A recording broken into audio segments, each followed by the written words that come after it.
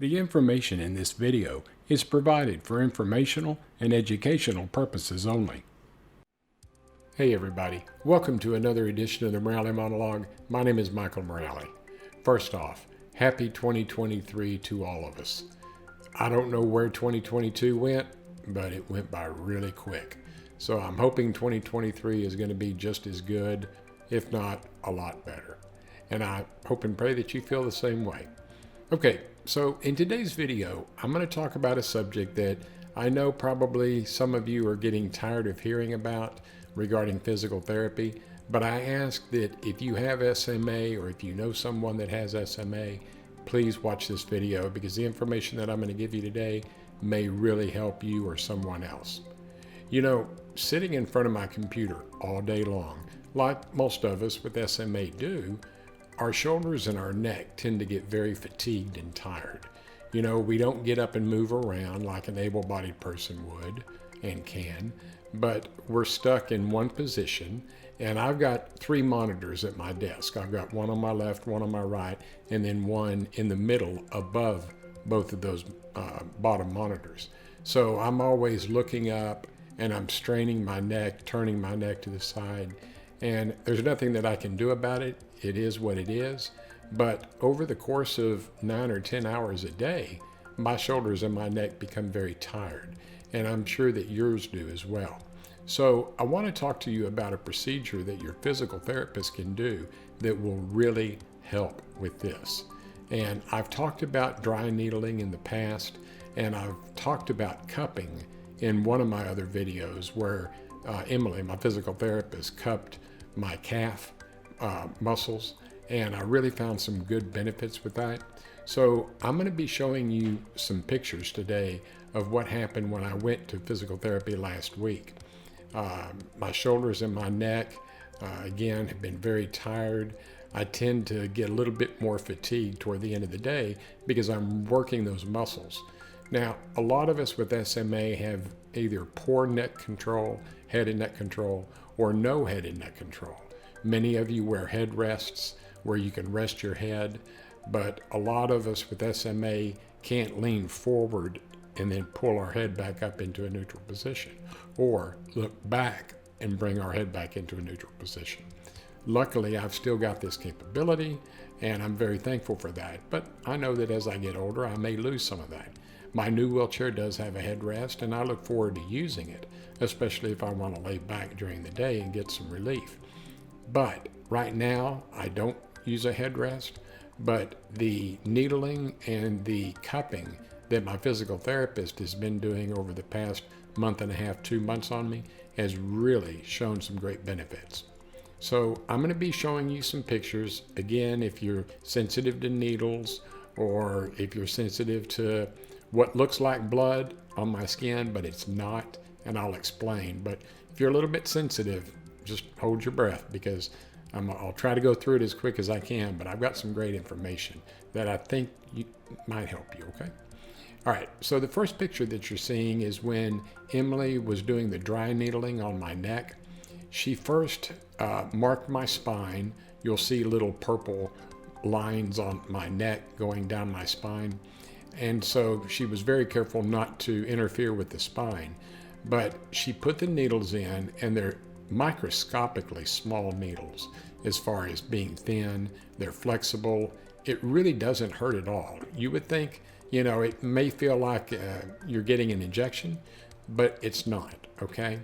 The only thing that she does is just put the needles in to where they're in the muscle themselves. And again, it really doesn't hurt.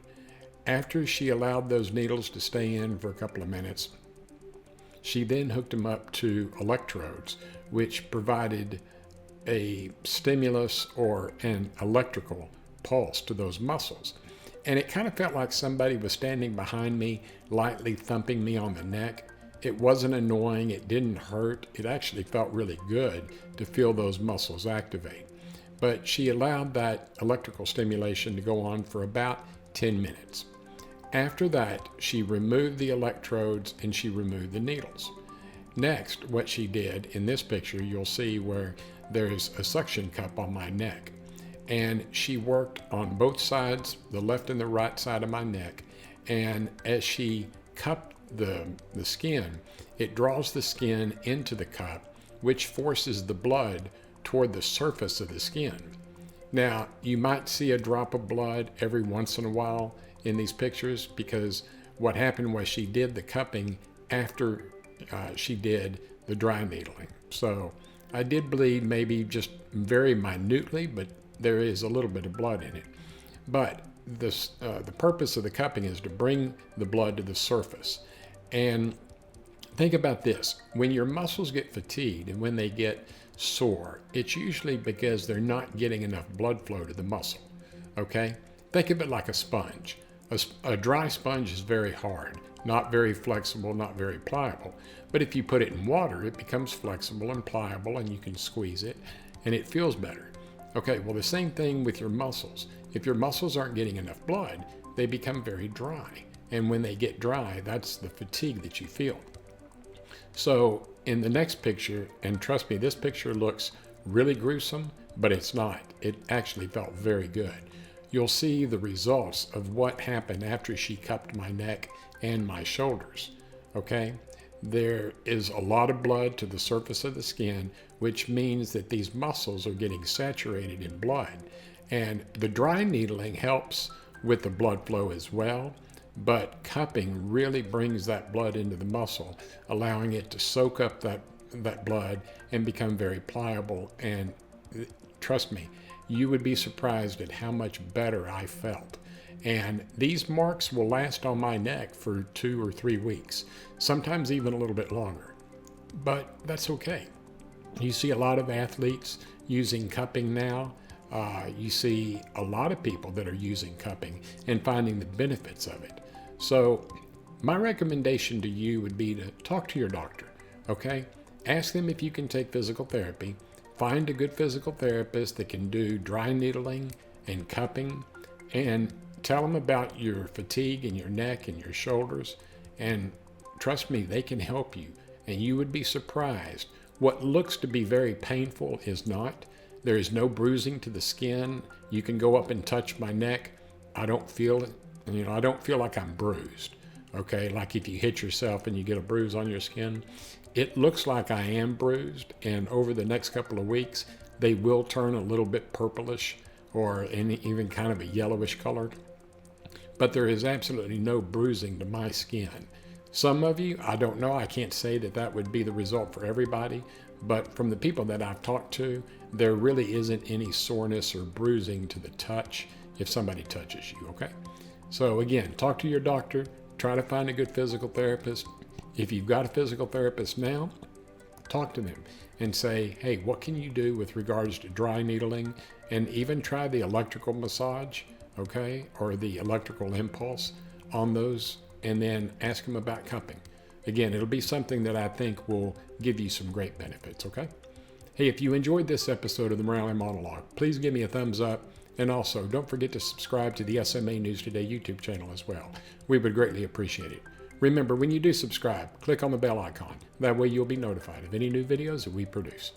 We at SMA News Today hope all of you have had a fantastic week and a happy new year as well. Please do me a favor this upcoming week. Do something for yourself that's going to make you a better person. Until next time, I'll talk to you in a couple of weeks to take care of yourself. Bye-bye.